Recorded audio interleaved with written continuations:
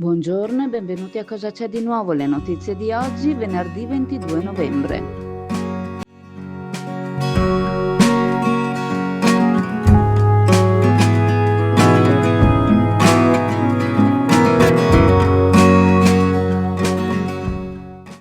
La tratta sottomarina a Padova, gestita da Bus Italia Veneto, continua a essere al centro delle polemiche.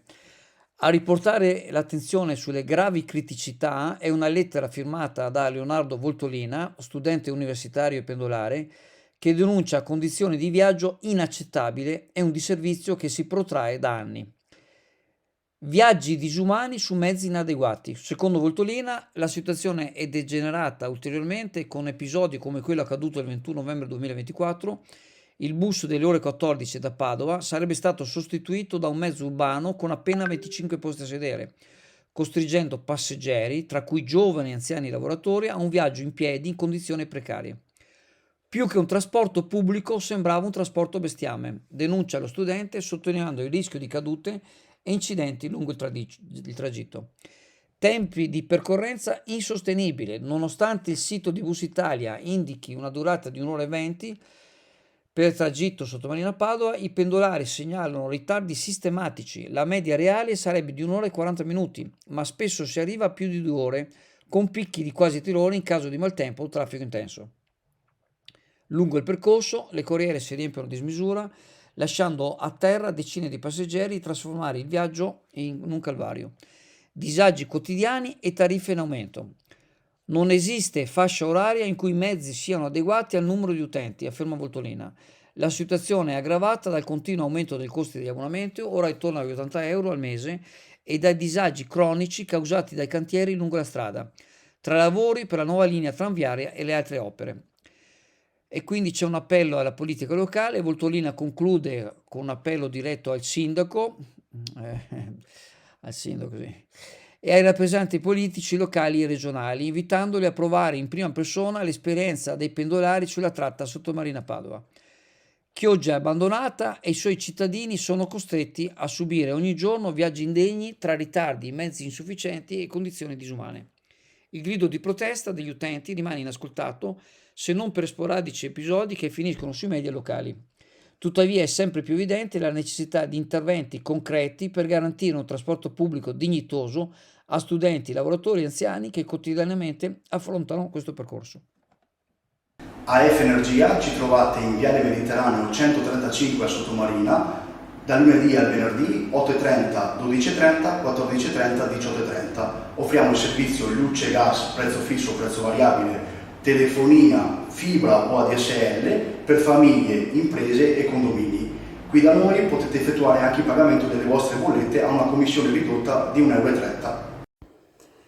Ieri pomeriggio si è tenuta a Chioggia la celebrazione della Virgo Fidelis, la Vergine Fedele, la santa patrona dell'Arma dei Carabinieri. La commemorazione ha visto la partecipazione di divise dell'Arma e delle altre forze dell'ordine in Piazzale Europa, al cospetto del monumento dedicato al Carabiniere, oltre che la partecipazione dei sindaci o rappresentanti delle amministrazioni dei comuni della Riviera del Brenta, di Cona e di Cavarzere, località che sono di competenza del Comando di Chioggia dei Carabinieri. Presente per Chioggia il vice sindaco Elena Zennare e la consigliera comunale Marcellina Segantin. La cerimonia semplice, il cui culmine è stato l'onore ai caduti con la posa della corona d'alloro ai piedi del monumento da parte di 2 carabinieri in alta uniforme, è stata preceduta dall'alza bandiera, per il quale sono intervenuti i volontari dell'81esimo nucleo di volontariato e di protezione civile dell'Associazione Nazionale Carabinieri dell'Ispettorato Veneto. L'inno e la canzone del Piave sono stati musicati e cantati dai ragazzi delle scuole Galileo e Pellico, seconde e terze, che ormai sono diventati accompagnatori costanti di questa manifestazione. Al termine della cerimonia, molto partecipata anche dal pubblico, sono state ricordate le motivazioni che hanno portato la bandiera dell'Arma a meritare la seconda medaglia d'oro al valor militare a seguito della battaglia di Kelkaber in Etiopia nel 1941, ed è stato portato infine un mazzo di fiori a ricordo dei militari dell'Arma caduti. Ricordata anche la giornata dell'orfano e riconosciuta la loro perdita come quella più grande e dolorosa che si possa affrontare. La cerimonia si è poi spostata a Chioggia, al Duomo, dove la Santa Messa è stata officiata dal Vescovo, Monsignor Dianin. E siamo nello studio del Servizio Nord-Est 2.0 e vorremmo sapere di che cosa vi occupate. Ci siamo fortemente focalizzati sui bonus edilizi, in particolare sul super bonus, quindi interventi prevalentemente condominiali di efficientamento energetico. Il super bonus esiste ancora, fino al 31/12/2024 l'incentivo è stato ridotto al 70% e fino al 31/12/2025 è stato ridotto al 65%. Per maggiori informazioni su superbonus e agevolazioni fiscali per le ristrutturazioni edilizie, Servizi Nord-Est 2.0, via Bembo, Sottomarina di Chioggia, Venezia.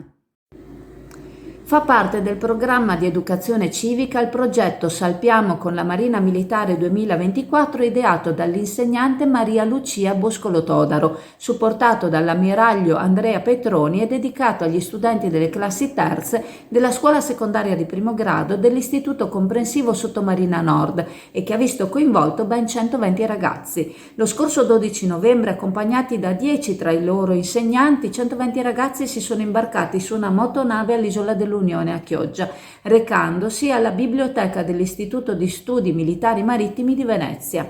Qui gli ufficiali Alfredo Parisi e Luca Pegoraro si sono succeduti nel presentare un videodocumentario sulle importanti missioni di pace e di difesa della Marina Militare in acque territoriali italiane ed estere, spiegando ai ragazzi incuriositi anche il significato dei fregi e dei vari dettagli presenti sulle divise. La visita guidata si è spostata poi all'Arsenale, creando un grande impatto per i giovani visitatori che l'hanno immaginata attiva ed operosa ai tempi della potente Serenissima. Al Museo di Storia Navale hanno potuto osservare con stupore gli imponenti cimeli e le riproduzioni in grande scala delle imbarcazioni storiche prestigiose uscite dai cantieri, tra cui il Bucintoro.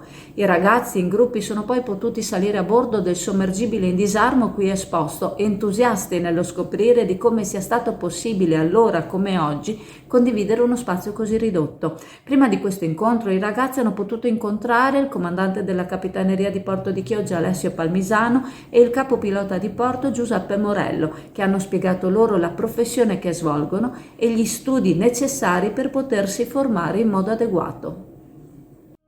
SD Auto informa della novità per il 2023, la revisione dei carrelli in sede. Si effettuano revisioni in sede dei rimorchi di massa complessiva non superiore ai 3.500 kg, 01 e 02, di carrelli per imbarcazioni, per moto, per auto, roulotte, trailer per il trasporto cavalli, carrelli tenda, carrelli trasporto animali e tutti i carrelli di massa complessiva non superiore ai 3.500 kg.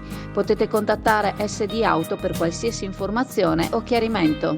Ricordandovi che la farmacia di turno oggi, venerdì 22 novembre, è la farmacia Cutulakis in Rivavena Chioggia. Vi saluto, vi ringrazio. Se volete ci vediamo in negozio alla Cartoleria Pegaso a Borgo San Giovanni. Vi ricordo il sito chioggiaazzurra.it. Ciao a tutti e continuate a seguirci.